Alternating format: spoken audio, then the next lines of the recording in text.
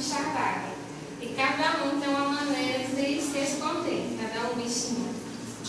Então, o macaco brincalhão, fazendo palhaçada, quer brincar de pique-esconde com toda a ficharada.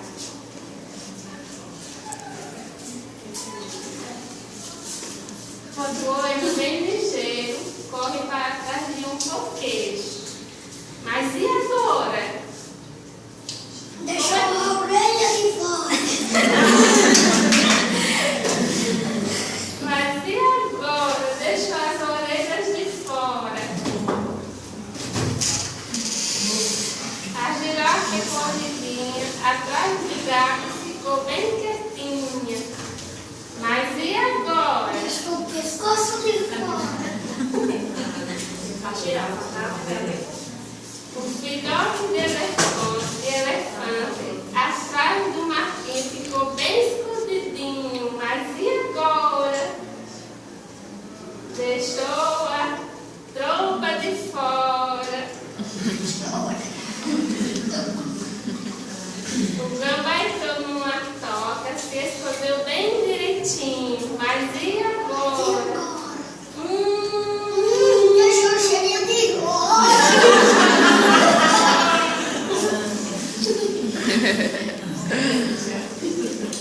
A raposa estava certa que não seria descoberta. Mas e agora?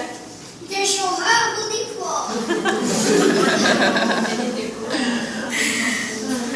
A começou uma brincadeira, se enrolou atrás da bananeira. Mas e agora? Deixou o chocalho de fora.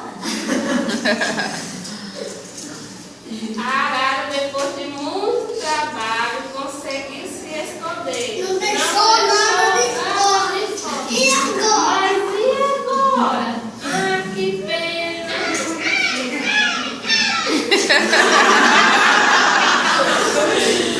Ai, foi bom, viu?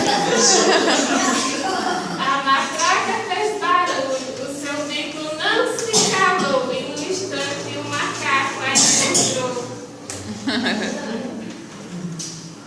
O camaleão, sem se preocupar, não saiu nem do lugar.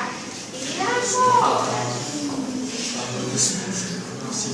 Mas esse mestre é o bicho do disfarce. E mudando de cor, ele foi o vencedor. Agora, observe a cena com atenção e encontre o camaleão. Tá no pé de coqueiro. Eu sou quase cega, não vejo.